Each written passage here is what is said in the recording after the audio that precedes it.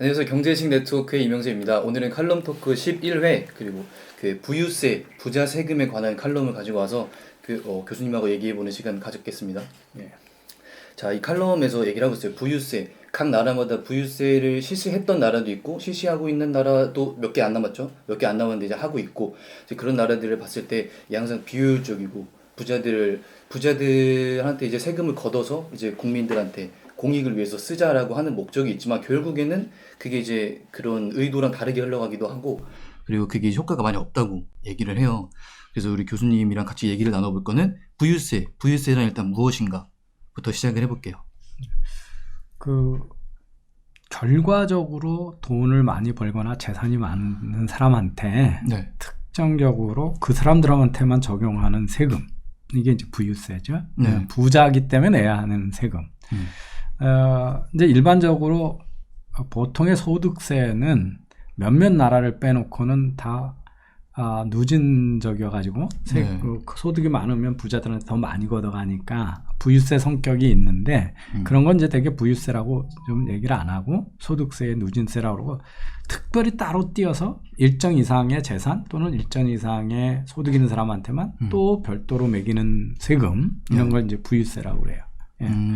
그래서 이제 어떻게 보면 이제 완전 포괄주의 이런 거잖아요. 그래서 전체적으로 부자들 그리고 총 재산 이제 측정을 해봤을 때 되게 다양했었어요. 제가 봤던 기사에서는 그게 뭐 20억 달러, 뭐 우리나라 돈으로 얼마죠? 200억 뭐 이렇게 이상이 되는 것도 있고 200억 아니면 뭐 500억 몇백억씩 해가지고 그 이번에 뭐 민주당 작년이죠. 민주당에서도 그 엘리베스 워렌 그리고 버니 샌더스 아니면 또 코르테즈?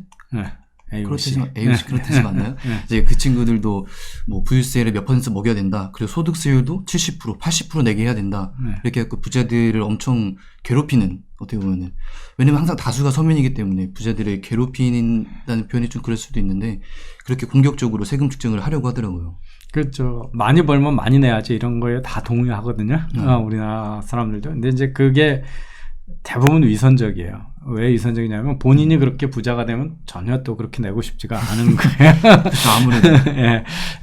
근데 이제 부유세의 가장 큰 문제점은 뭐냐면 첫 번째는 이게 사회 불평등 문제에 도움이 되지 않는다는 거예요. 부유세를 내는 것 자체가 부자들한테 세금을 많이 나와서 서민들한테 좋아주면 정치적으로는 되게 인기 있어. 응? 그렇죠. 그러니까 자본주의가 잘못돼 있고 리그 캐피탈리즘이라고 그러거든. 왜곡된 자본주의라고 그러고 그래서 부자들만 잔뜩 많아진다 그러니까 지금 미국의 대통령 지금 경선 중에 큰 싸움이 뭐냐면 바로 그 사회주의적인 부자들한테 세금을 많이 내는 사회주의자하고 중도적인 진영 간의 싸움이고 그게 이제 그래서 20 몇 명의 후보가 지금 두 명의 대결로 좁혀진 거거든요. 그래서 그 중도적인 이 온건한 민주당의 정책을 대변하는 바이든 전 부통령, 그다음에 완전 베네수엘라식 좌파 사회주의를 주장하는 샌더스. 근데 이제 아까 얘기한 워렌이나 또 AOC, 알렉산드리아 코테스 같은 하원 의원 같은 분들이 이제 다 대표적인 극단적 좌파죠. 그 안에 이제 노선 싸움이 있는 거거든요. 근데 한편으로는 부러워요. 왜냐하면 정당에서 경선 과정에서 어떤 정책을 가진지 싸워서 어느 쪽이 이기잖아. 그러니까 국민들이 알 수 있지. 저 후보가 대통령이 되면 어떤 정책을 필 거다. 우리 지금 우리나라의 지금 총선 공천을 하잖아요. 근데 그게 노선이 다른 사람까지 정책을 해가지고 당원들의 지지를 받는 사람을 뽑아서 그 당이 추구하는 정책이 뭐라는 걸 드러내는 게 아니라 그냥 공천심사위원회가 무작위로 막 때려 넣는 거잖아요. 그러니까 그 당의 국회의원들이 나중에 선거로 이기고 나면 무슨 정책을 쓰고 무슨 색깔을 갖고 있는 정당인지 아무도 알 수가 없어 지금. 네. 그지? 맞아요. 소수가 그냥 의사결정을 막 하는 거잖아요. 그러니까 네. 당내에 정책이나 노선 투쟁이 없다는 거가 미국하고 많이 다른 거죠. 그죠? 그래서 우리나라 정치가 제대로 작동 안 하는 게 이런 이제 후진적인 모습 때문에 그러는데 그래서 미국에서 지금까지 지금 민주당 내에서 네. 사회주의자인 샌더스나 워렌이 추구하는 거는 뭐 그 민간 의료보험비가 너무 비싸서 서민들은 네. 못 쓰니 그거 없애버리고 다 사회주의적인 의료보험 실시하겠다서부터 네. 소위 빌리언의 억만장자 이상들을 네. 거의 뭐 극단적으로는 억만장자는 못 나오게 만들겠다. 억만장자 이상이 되는 빌리언의 이상이 되는 거는 다 세금으로 다 환수하겠다. 뭐 이런 정책을 내걸거든요. 예, 그래서 이제 거기서 부유세가 논란이 되는 건데 내가 왜 아까 이게 분배 해소에 도움이 안 되냐면 네. 그러니까 뭐 빌 게이츠가 나머지 전체 사람보다 너무 많이 가지고 있고 뭐 이런 얘기 하잖아요. 그지? 네. 그런데 그 소수의 부자가 극단의 소수라는 거야. 그러니까 3억 0.01% 뭐 이렇게. 네, 3억이 넘는 이제 미국의 인구잖아요. 네. 그거를 앞에 빌리오네라고 따지면 뭐 100명, 200명이잖아요. 네. 그 사람들 걸 뺏어서 나눠주면 뺏기는 사람은 빌리온 달러인데 네. 받는 사람은 몇만 원이나 몇천 원밖에 안 되는 용돈밖에 안 되는. 아닌 게 그러니까 쉽게 얘기해가지고 우리나라 뭐 제일 부자인 이재용 부회장이나 이건희 회장한테서 10조를 뺏어서 네. 5천만 원한테 나눠주면 1인당 20만 원 한 번 쓰고 마는 거야. 1인당 20만 원 한 번 쓰고 그냥. 네, 그러니까 20만 원 한 번에 부자 돈을 뺏어가지고 20만 원을 근데 그 10조를 다 뺏으면 뭘 뺏은 거냐면 회사의 경영권을 뺏은 거거든. 그렇죠. 뭐 네, 그러면 이제 그런데. 주식을 팔아야 되잖아. 네. 그러면 삼성그룹의 경영권이 누구한테 넘어갈지 아무도 모르지. 세금 내느라고 그렇게 되면 외국계 헤지펀드가 들어오거나 뭐가 될지 모르잖아. 네. 그러니까 뺏긴 사람은 정치적으로는 부자들 저 탐욕에 넘기는 부자들 돈을 뺏어서 나눠주자. 그러면 되게 인기가 있는 거예요. 근데 그렇죠. 실제 나눠주면 얼마나 받을 수 있냐라고 계산해 본 사람이 없어. 그리고 그러면 정말 껌값이 돼버리거든. 이게 이제 대수의 문제라는 거예요. 왜냐하면 소수에서 뺏어서 많은 수를 나눠주면 네. 바깥 받는 거는 피너치잖아, 그지? 네, 땅콩이고 코끼리 비스켓이란 말을 많이 해야지. 코끼리한테 비스켓 줘봐요. 그게 배가 부르겠어요? 그러니까 국민 전체는 코끼리인데 뺏어서 줄 수 있는 건 비스켓 하나밖에 안 되는 거거든요. 그러니까 국민 경제로 봐서 그래서 도움도 안 돼. 근데 네. 더 심각한 건 뭐겠어요? 이 과정에 부자들이 돈이 다 뺏긴다고 생각하면 부자들은 어떻게 할까요? 일단 부작용 중에 하나인 거잖아요, 이게. 네. 저 같으면은 세금이 낮은 나라로 도망갈 도망가죠. 자본이 도망가고 우리나라에서는 또 열심히 부자로 일할 이유도 없어지잖아요. 그죠? 그렇죠. 그래서 그 다음에 어떻게 돼요? 근데 그 회사 그 부가 만들어지려면 네. 그거는 뭐 아담 스미스도 그렇고 다 미제스도 발견한 건데 저축이 반드시 있어야 되는 거예요. 저축과 투자. 그래서 돈이 남는 세력, 네. 계급이 있어야 되거든요. 그 잡은 거야. 그래서 투자가 이루어져야 회사가 만들어지는 거잖아요. 그죠? 네.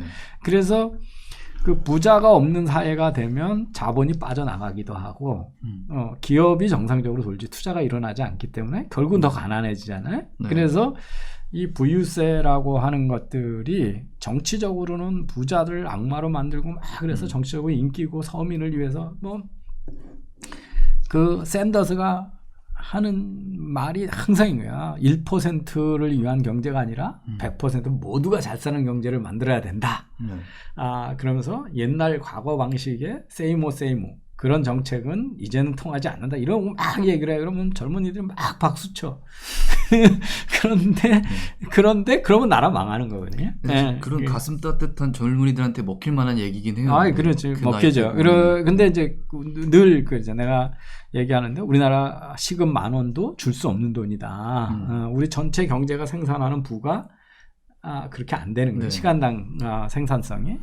그런데 뭐 기껏 한 달에 170만 원 주자는 걸 가지고 너 그거 가지고 애 기를 수 있어? 뭐 이러고 덤벼드는 거잖아요. 이제 그러면서 반론하는 거 똑같아요. 부자들 근데 부자들은요 100만 몇 조를 가지고 있고 몇백 조를 가지고 있다고 해도 그 대부분의 부가 또 뭐냐 하면 주식이거든. 네. 네, 회사의 경영권이에요. 그 주식을 팔 수도 없어. 네. 만약에 이건희나 이재용 부회장이나 우리나라 재벌 총수한테 주식을 세금을 많이 거두라고 그러면 어떠냐면 자기 주식 팔아서 세금 내야 되거든. 네. 예, 근데 그게 똑같이 이제 우리나라의 부유세 중에 유일하게 부유세로 분명히 있는 게 종부세거든. 네.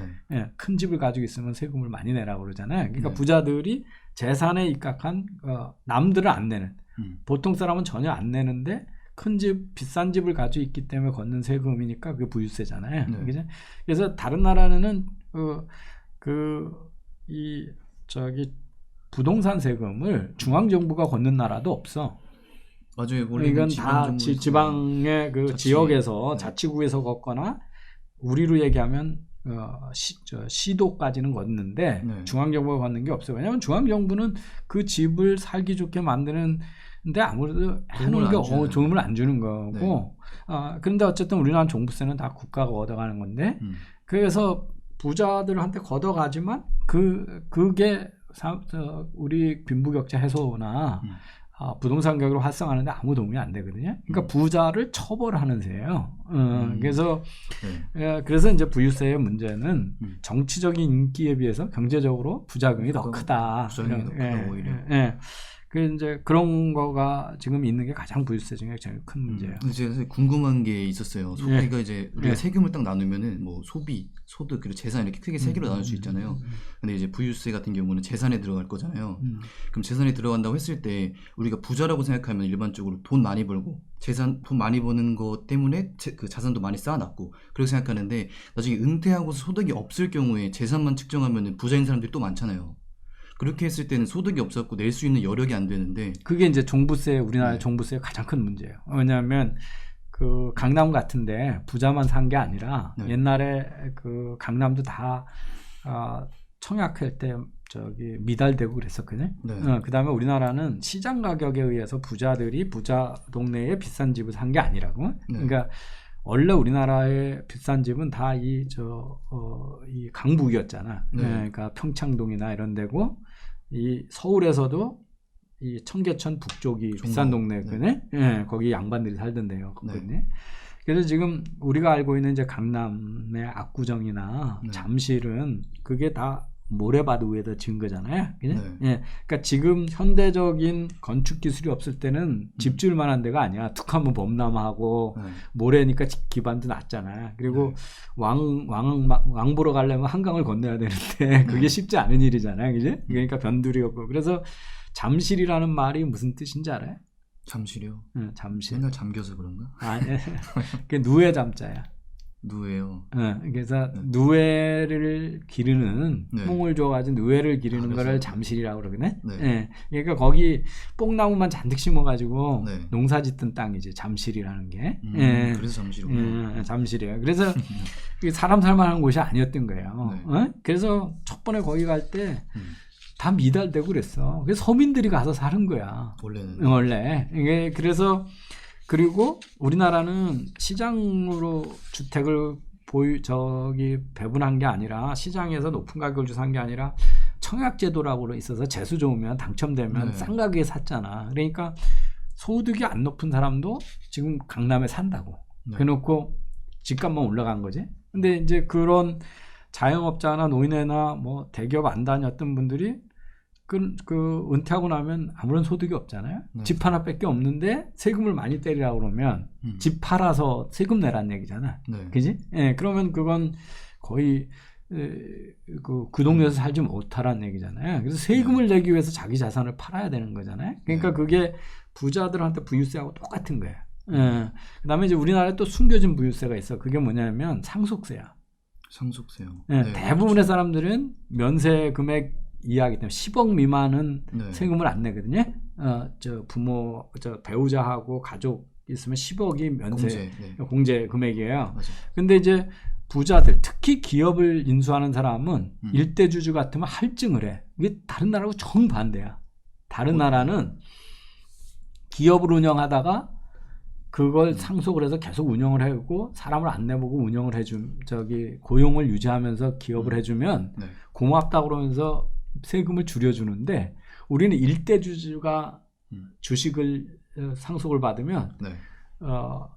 원래 우리나라 최고 상속세율이 50%인데 여기다가 그 이상이죠. 15%를 붙여가지고 65% 세금 때리라고 그러거든. 그런 할증을 붙인다고요? 네, 그렇게 할증을 왜 그렇게 붙여요? 그러니까 30% 부자들을 이상이면은 50%라고 알고 있는데.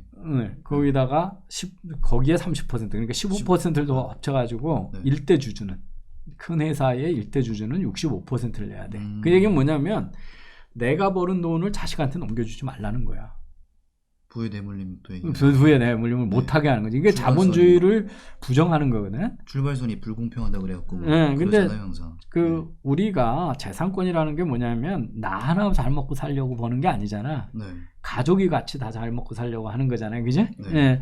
그래서 그걸 부정하는 거야. 아버지가 죽은 것도 원망한데 죽었다고 재산을 국가한테 대부분을 다 헌납하라는 게 우리나라 상속세거든, 부자들은. 네. 그래서 이제 이걸 다른 나라에서도 그래서 데스 페널티라고 그래. 사망세라고 하잖아요. 사망 처벌세지. 처벌세지. 죽은 맞아요. 것도 가족이 처벌세라고. 죽은 것도 원망한데 재산까지 다 내놓으라는 거잖아요, 그죠? 네. 그래서 저 OECD 국가 중에 그 상속세 전체 평균이 15%거든. 전체 평균이. 예. 예. 근데 우리는 65%로 가장 높은 거예요. 제일 세게 때려 맞았을 때가 65%거든요. 그러니까 제일 높은 거고 네. 평균에 비해서 월등 높고 그 중에 15개국인가 19개국이 세금이 없어. 그리고 최근에 다 없어진 거야. 예? 많이 그리고 없어진 추세잖아요. 그다음에 이제 미국에는 그 상속세 면세 범위가 얼마냐면 65억 원이야, 우리 돈으로. 엄청 차이가 많이 났네요. 네, 우리는 10억이고 이제 여긴 65억이니까 6배 정도 되잖아요. 네, 그래서 그러니까 500만 불이 넘어요. 600만 불 가까이 되거든요. 그래서 그것도 주는 사람 기준이 아니라 받는 사람 기준이거든. 그렇죠. 비상속인. 네, 그죠. 근데 우리는 아니야. 합쳐서 10억이잖아. 그러니까 네. 주는 사람 기준이잖아. 네. 그러니까 빌 게이츠도 상속세 하나도 안 냈어. 어떻게 하냐면 아직 자식들한테 어디까지만 주냐면 이거 600만 불까지만 주는 거야. 네. 그럼 나머지는 재단에다 하잖아요. 집어넣잖아. 그렇죠. 근데 우리는 재단에 집어넣고 기업의 경영권을 행사 못하게 해놨거든. 그러니까 재단에 넣으면 다시는 자기 돈도 아니고 그 돈을 자기 마음대로 좋은 일에 쓰지도 못하고 기업의 주주 행사권을 못하니까 경영권을 넘겨줘야 되거든. 네. 예. 그래서 우리나라의 아주 고약한 부유세가 또 상속세예요. 그래서 이 종부세하고 상속세가 우리나라에서 있는 부유세고, 네. 우리는 이제 아까 그 실시간 방송에서도 윤희숙 교수님하고 얘기했지만 네. 그 의료보험이나 국민연금에도 누진율이 엄청 커요. 그러니까 서민들은 안 내고 부자들이 의료보험료를 다 대주는. 안 내는 층도 있나요? 안 내지는 않는데 최고는 월 19,000원만 정도나 내거든. 근데 많이 내는 사람은 300만 원이 넘어. 380만 원. 제가 31만 원에서 486만 원 사이. 아니야, 19,000원. 19,000원부터 시작해요. 그러니까 그런데 이게 페이첵도 아니거든. 그러니까 월급을 한 군데서 받았을 때 기준이야. 근데 월급을 여러 군데서 받았으면 거기에마다 다 400만 원씩 내야 되거든. 그래서 부자들 중에는 한 달에 3,000만 원 내는 사람도 있어. 의료보험비를. 의료보험으로만. 네. 건강보험료로. 그러니까 그건 자기가 보험 안 들고 그냥 사는 게 훨씬 낫잖아, 그지? 네. 그러니까 이런 것들이 소득세 중에 극단적인 누진세인데 세금으로 안 잡히는 거야. 왜냐하면 이거는 의료보험비로 돼 있으니까, 그지? 네. 그래서 우리나라가 세금을 안 내는 사람이 되게 많고 부자가 내주는 세금은 소득세로 봐도 10%가 전체 한 80, 70 몇 % 내잖아요, 그죠? 상위 70%. 근데 그거 말고도 숨은 게 많다는 거지. 그게 바로 의료보험비나 4대 보험이나 국민 부담률인 거잖아요. 네. 그다음에 국민연금도 가난한 사람들은 불입금액의 8배 정도를 받아 먹을 수 있고 부자들은 불입한 그 거에 이상으로 2배 내는 뺏기 뭐 돌려받을 수 없고 이렇게 돼 있거든요. 맞아요. 우리나라도 그게 되게 크잖아요. 상위 10%가 우리나라 전체 79%의 소득세를 낸다고 하는 기사도 봤고 그리고 면세자도 봤을 때 38%? 이게 38%는 이건 옛날이고 실제 지금 40, 한 거의 반대요. 넘어갔어요. 한 47% 정도 돼요. 면세 이게 공제 받는 사람들이 40%는 MB 때 막 해가지고 낮춰놨는데 그거 다시 또 높여 나가지고 사실 이 비율이 되게 이례적이라고 봤어요. 저는 이제 OECD 국가 중에서도 보면은 그래도 모든 국민들이 웬만큼 부담을 한단 말이에요. 근데 우리나라만 이제 38% 40% 넘게끔 부담 안 하는 사람도 있고 그리고 상위 10%가 이렇게 많이 부담하는 나라 우리나라밖에 없더라고요. 근데 이제 그거는 여러 가지 문제가 있는 거예요. 그냥 비율만 가지고 따질 수가 없는 게 소득도 이제 우리나라에 그 고용 형태가 그 대기업의 정규직 공공 부분에 있는 분들은 극소수고 나머지가 중소기업이나 자영업에 종사하잖아요. 이 비중이 많은데 이분들이 살기가 팍팍한 거야. 그러니까 세금 내라 소리를 못 하는 거야. 그러니까 이 문제를 해결하려면 세율을 가지고 전보다 보편적으로 세금을 내고 보편적 복지를 받는 게 맞는데 그래야 맞는데 그러기에는 뜯어가려고 그러면 저항이 사회적 저항이 너무 적은 거야. 지금도 그러니까 이제 세금 저항 없을 쪽에다가 적은 쪽에다 자꾸 전가를 하거든요. 그게 이제 좀 뭐 종부세 같은 것도 그렇고 담배에다 세금 많이 때리고 그 신텍스라고 그러지. 그런 것들이 조세 저항이 적은 거죠. 그 다음에 이제 부가세 10% 뭐 이런 쪽에다가 때리는 게 소비세도 때리고 이런 것들이 그 조세정이 적은 쪽에다가 소득세보다 적잖아요. 세금이. 그러니까 세율이 아무리 높아도 내가 물건 안 사면 세금 안 나는 거니까 그지? 회피할 수가 있으니까. 근데 소득세는 원천적으로 뜯어가는 거니까. 그래서 조세 저항이 적은 쪽에다가 하는 거는 우리나라의 이제 고용 구조가 대기업에 좋은 일자리에 종사하는 사람이 너무 적어서 그런 것도 있어요. 원인이.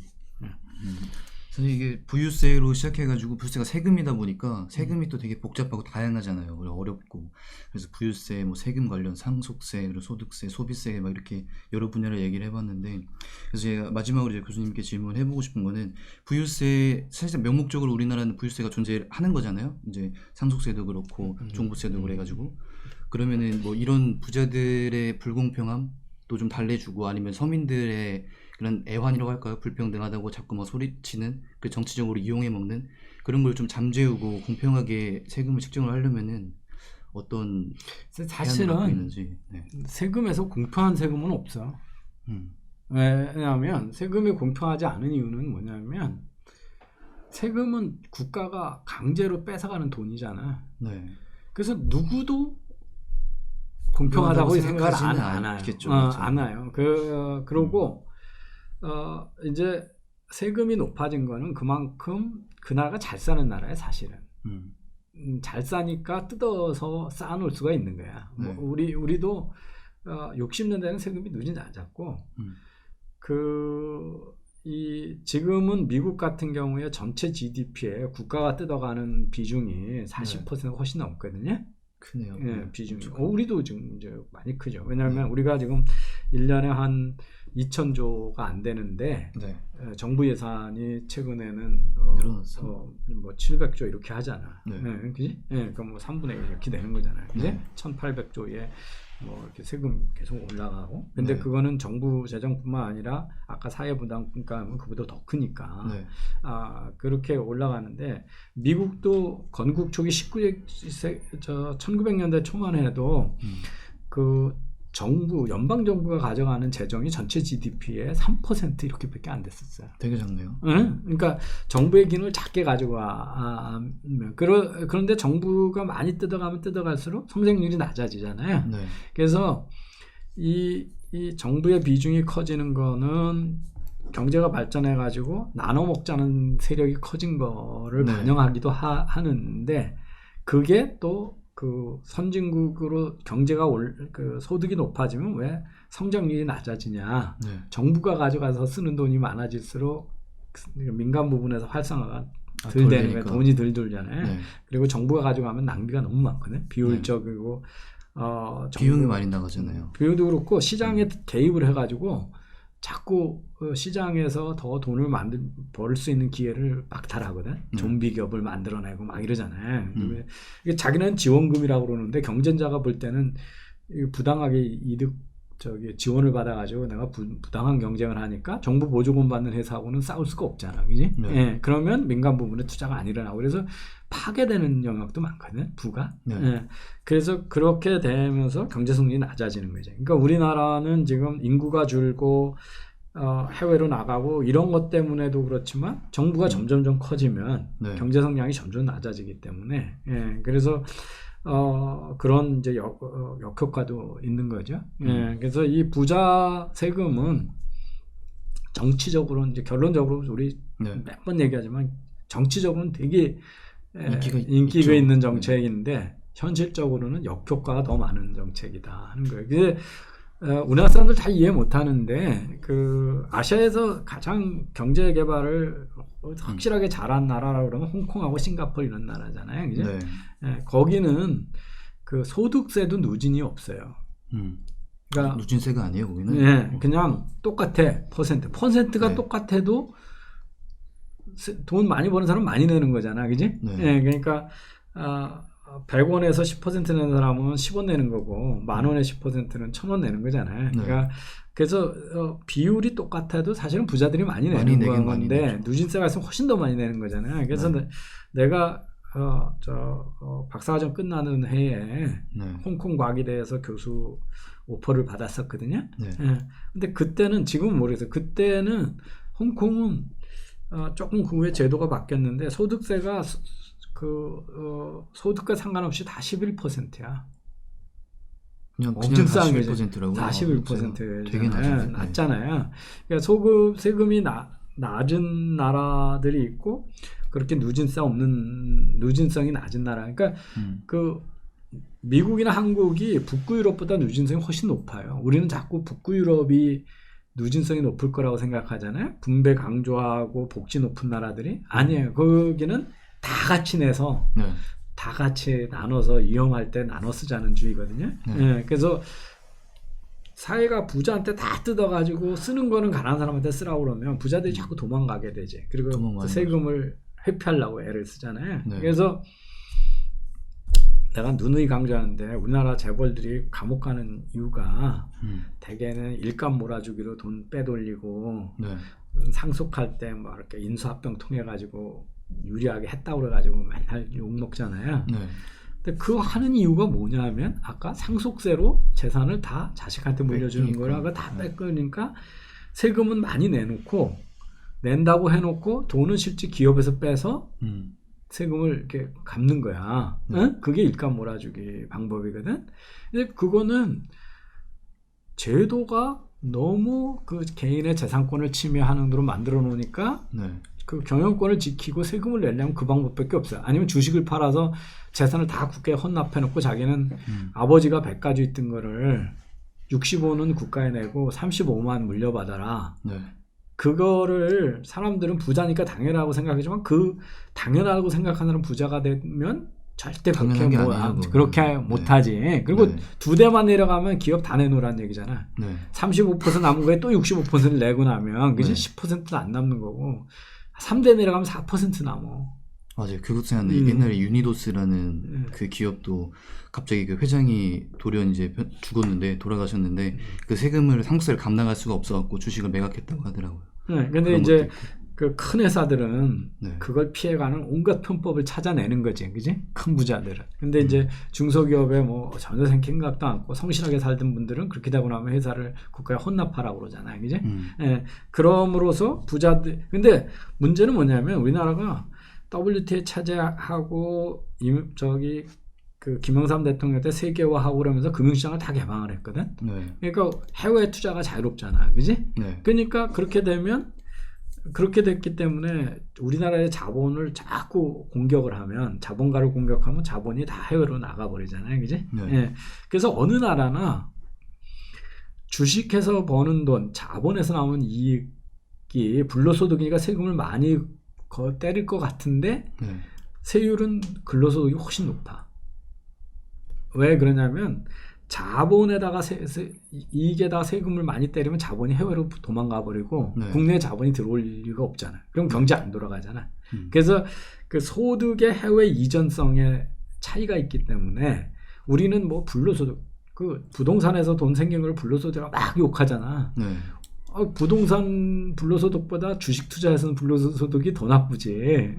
그리고 어떻게 보면 예, 단기적으로 예, 그런데 왜 저기 음. 부동산 이제 자본 투자해가지고 자금 시장에다가 우리 자본 시장에 투자한 거에다 돈을 세금을 많이 못 내리냐 하면 그 소득의 해외 이전성 때문에 그래. 그러니까 근로소득보다는 자본소득의 이전이 훨씬 쉽지. 네. 그러니까 거기다 함부로 세금 때리면 안 되거든. 그래서 정치적으로 인기 있는 게 이제 부유세인데 네.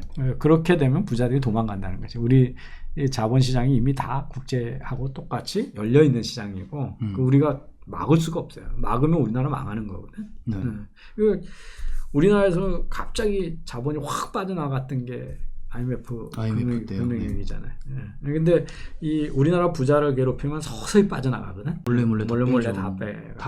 원래 이제 돈 많은 사람들은 그쪽 기업 쪽은 이미 다 알고 있잖아요. 예. 법 바뀌기 전부터 계속 이제 알고 있기도 하고. 알고 있고 어떻게 해야 되는지를 알고 또 전 세계에서 그럴 능력이 있으니까. 능력이 있고 전 세계에서 뭐 10억만 투자하면 5억만 네. 투자하면 영주권 주고 이런 나라가 너무 많잖아요. 그지? 예. 그러니까 뭐 미국, 유럽의 많은 국가들이 요새 그 영주권 세일하거든.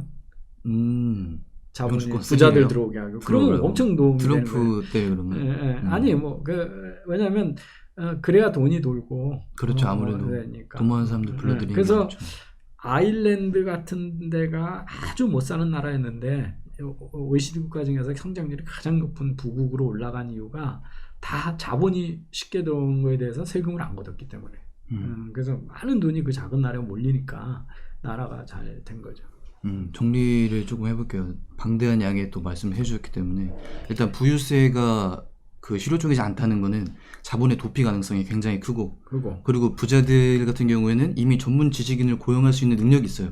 변호사, 세무사, 회계사 이런 사람들. 가장 큰 문제는 그런 부작용도 그렇지만 그걸 쪼개줘가지고 서민들한테 경제적 격차 해결에 도움이 안 된다는 거예요. 차라리 그것도 도움이 안 되는 거고. 왜냐하면 가장 큰 소수한테 뜯어서 너무 많은 수한테 나눠주면 네. 하나 앞에 받는 게 워낙 작은 돈이기 때문에. 그리고 그 와중에 기업이 파괴되거든. 그래서 제가 이제 정리를 하면서 말씀드리고 싶었던 게 그 진보가 없으면 퇴보잖아요. 또 경제에서는 발전 안 하면 퇴보란 말이에요. 그러니까 다른 나라들은 다 열심히 살아서 진보를 하고 있는데 우리나라 조금 잘 살게 돼갖고 이제 불평등의 목소리도 커지고 공무원 그리고 뭐 정부의 사이즈가 키워지면서 그런 쪽으로 세금 지출이 많아지면은 저는 결국에는 퇴보를 계속 하고 있다고 생각을 하거든요. 아니 그러니까 구체적으로 아주 증명된 게 이번에 이제 소득주도 성장 3년 만에 소득이 마이너스가 돼버렸잖아요. 지난해. 소득 주도 성장인데. 네, 소득이 마이너스가 됐잖아요. 네. 우리나라는 이거는 금융위기 때나 있었던 거고 IMF 때나 있었던 거거든. 소득이 마이너스. 근데 더 말이 안 되는 게 2017년, 18년이 글로벌하게는 그 호황이었거든. 그 와중에 그 분배 정책 강화한다고 소주성했다가 실제로는 소득이 줄어들었잖아요. 그지? 그런 그거하고 똑같은 원리로 지금 함부로 시장에 들어가가지고 분배 정책을 강화하면 실제는 소득이 더 줄어드는. 그러니까 소득 격차는 줄 수 있어. 왜냐하면 다 같이 망하면. 다 같이 가난해지지. 그렇죠. 그래서 소득 격차만 자꾸 보면 안 된다. 절대 수준을 봐야 되니까. 그지? 그래서 이 문재인 정부가 대표적으로 저기 시장에 들어가가지고 분배를 개선하려고 했던 정책이 분배를 악화시키고 소득을 줄게 만드는 거잖아요. 그러니까 이게 부유세도 자칫하면 그렇게 되는 거예요. 그런 이단적인 경제 실험 말씀하시네. 네, 그러면은 오늘 부유세에 관해서는 여기까지 말씀 나누겠습니다. 나중에 또 얘기 나눌 게 더 많을 것 같아요. 네, 고맙습니다. 좋은 질문 해주셔서. 감사합니다.